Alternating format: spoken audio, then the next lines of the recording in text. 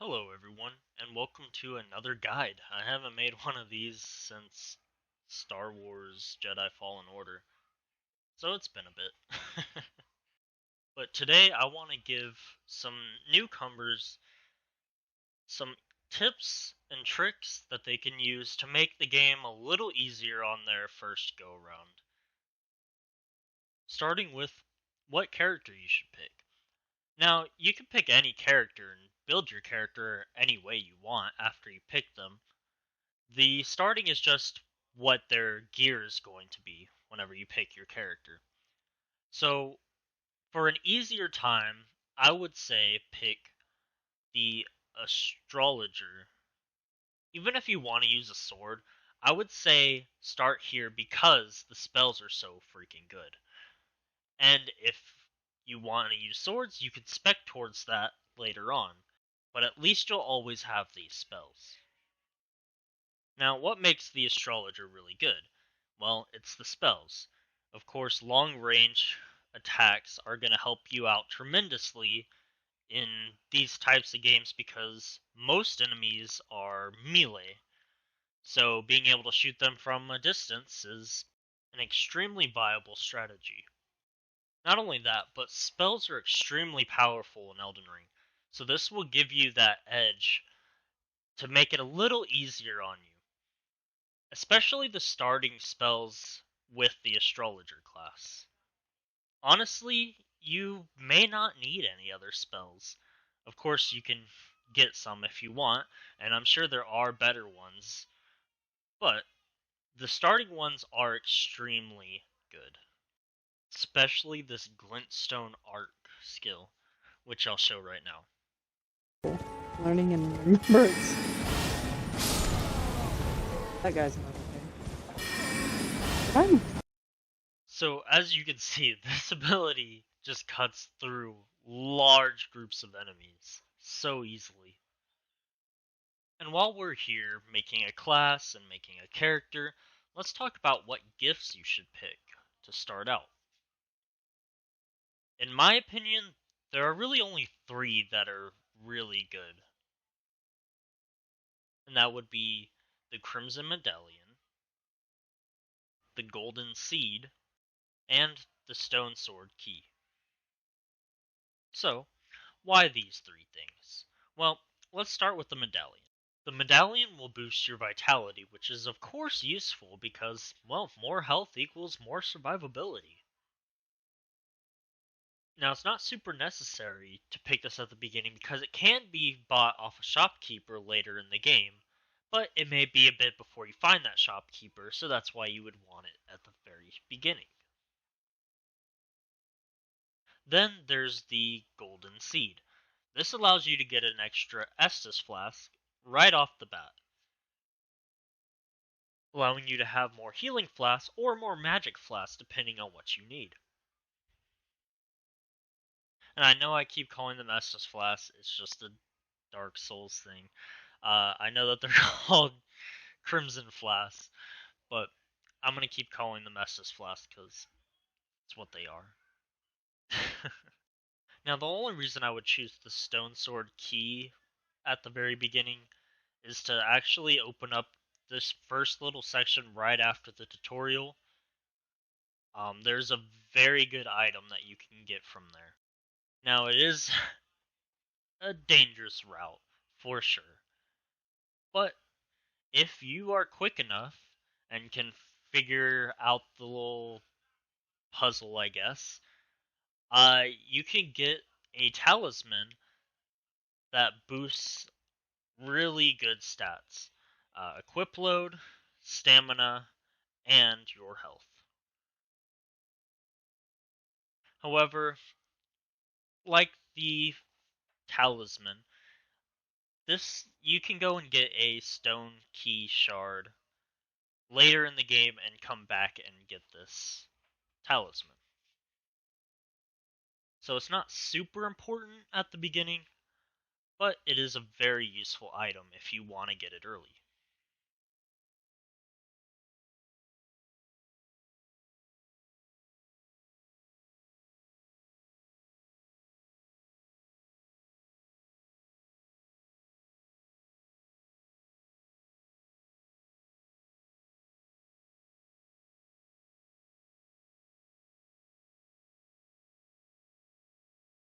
Now, I've mentioned the tutorial, which I feel a lot of new people miss, and so I think I should talk about that a little bit. So, basically, when you start, you're going to the very beginning is not the tutorial. You're gonna fight a boss, he's gonna kill you, and then you get sent to the tutorial. And then you're gonna see a glowing guy. Talk to him, and he will tell you to take the plunge, which you are going to do, because that is where the tutorial is. If you walk forward and keep going, you'll actually miss the tutorial completely. And you may think the first boss is this guy on a horse, when in reality, the first boss that you're meant to fight is back in the cave in the tutorial. Which, by the way, don't fight the guy on the horse at the very beginning. Just go past him, please. Now, the tutorial will tell you everything you need to know on how to do, well, everything. And the first boss is a pushover. You may have a false sense of confidence after defeating him. Trust me, you're not going to be four-shotting bosses like you will this guy.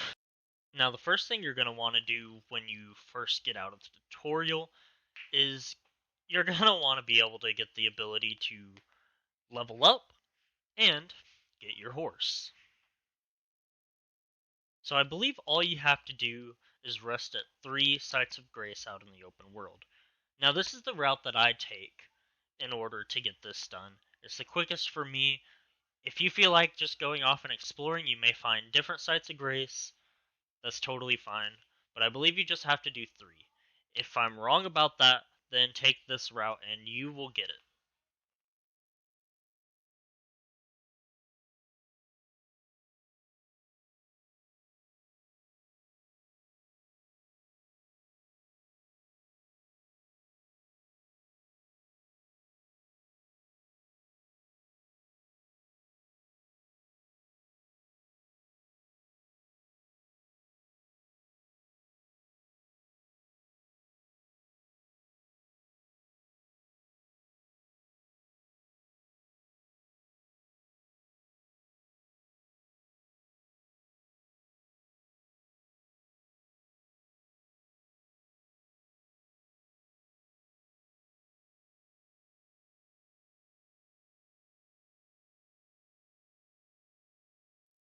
Now, spirit summons are going to be a thing that you're going to want because they'll help you out in a lot of situations.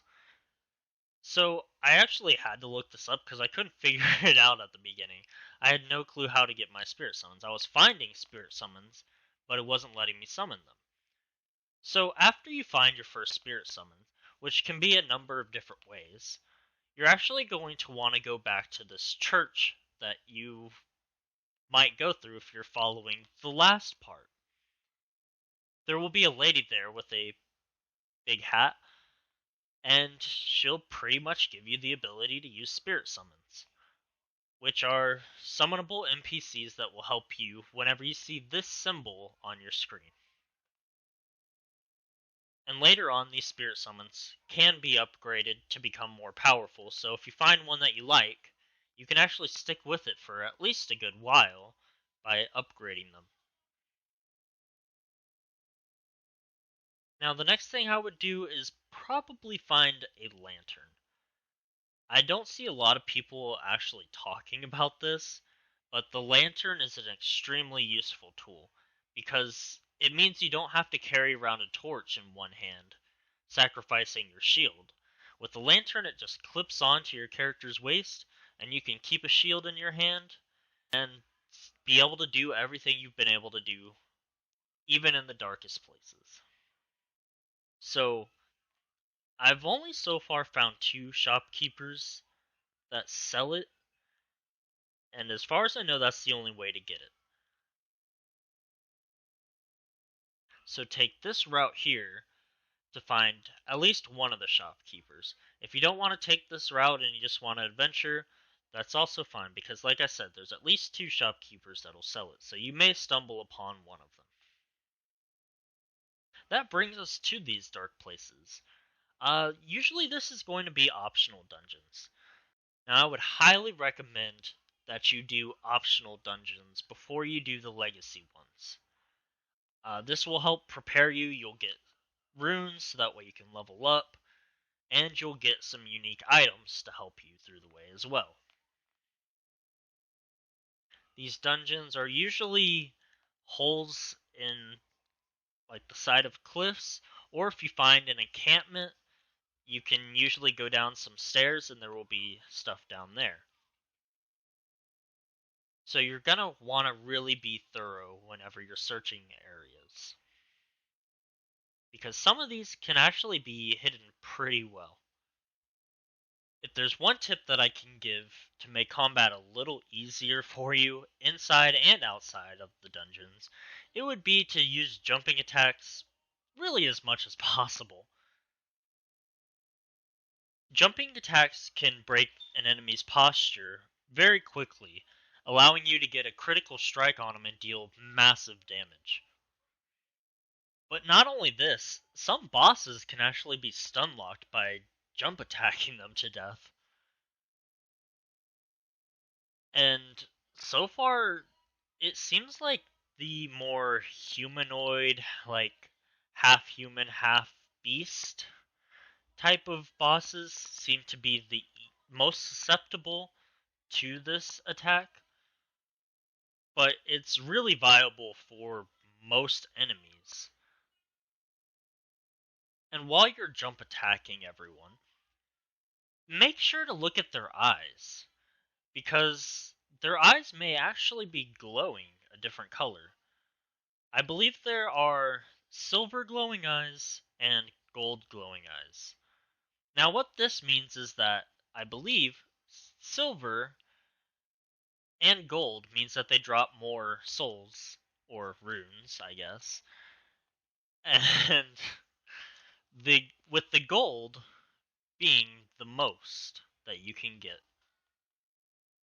Now, I want to talk a little bit about co-op and some things that you may not know.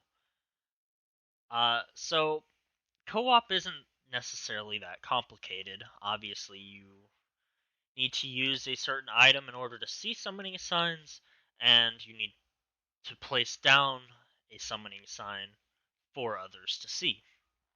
And that allows you to play co-op. But the thing you may not know is that when you're out in the open world, that's actually the only time you can be invaded by players, is when playing co-op in the open world. If you play co-op in dungeons, you actually don't get invaded at all. So if you're looking to explore the world without being hassled by other players, I would say maybe only play co-op in dungeons, and try to do open world stuff with your spirit summons instead. And this is something that I really didn't see a lot of people talking about. The last useful tip that I'll give you is actually how you can cheese this guy on the horse. Now, if you want to show off your gamer skills, of course, you'll fight him the normal way. But if you just want to get it done, then this is how you do that. Basically, you'll use this building here, and if you have any sort of long range, just pelt him from the building. He can't get you. I mean, unless you're standing next to the edge, then his weapon will be able to reach, but just stand a little bit back and you'll be fine. He can't jump up there, and eventually he'll actually start to walk away, and you can keep pelting him, and he'll never aggro until you get off the building. He'll just keep walking away. And if he gets too far, then you hop off the building, get his aggro again, jump back on the building, and repeat the process. Alright, these were some of my tips and tricks for newcomers. I hope you enjoyed the video. I hope this video helped you. If it did, like, subscribe. I would love to do more of these videos on this game. I'm still very new at it. I haven't beat it. I want to do a full review, but I want to be able to beat it first before I review it. And that is going to be a very long time. God, it's such a big game, and I can already tell you it's a 10. Like, if I were to give it a score, it would be a 10 out of 10. For sure. This game is so freaking good. But we'll get more into that on the review when I eventually beat it. God, it's gonna be so long. Alright, guys. Thanks for watching. I'll catch y'all later. Just on top of this freaking building.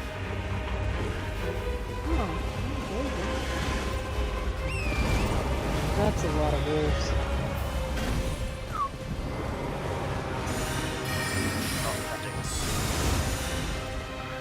Put that shit down. That's it.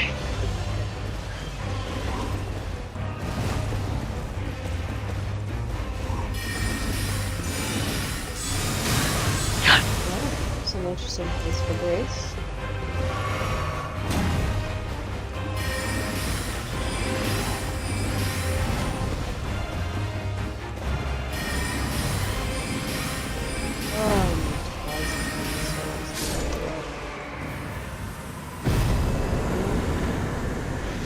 That guy.